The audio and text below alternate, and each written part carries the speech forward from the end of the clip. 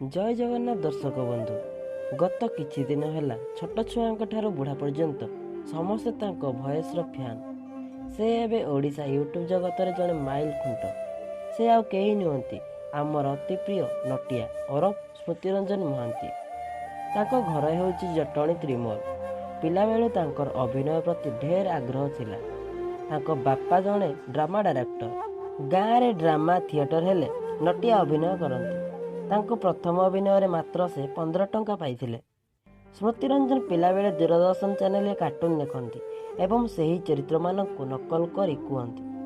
ଦିନେ ଓଡ଼ିଶାର best cartoonist Utkal ଗୌରବ Nanda ସ୍ମୃତିରଞ୍ଜନଙ୍କୁ ନଟିଆର voice ଦେବାକୁ କହିଥିଲେ ଏବଂ ସେହି ଭଏସ୍ଟି ଆଜି ଏତେ ପରିଚିତ ଯେ ତାଙ୍କ ଭଏସ୍ ବିନା ନଟିଆ କାର୍ଟୁନ୍ ଅସମ୍ପୂର୍ଣ୍ଣ। କହିବାକୁ ଗଲେ ନଟିଆ କମେଡ଼ି ପଛରେ ଏହି ଦୁଇ ଜଣଙ୍କର ଅନୁଦାନ ଅତି ଉଚ୍ଚକୋଟୀର ଏବଂ ଅତି ପ୍ରଶଂସନୀୟ।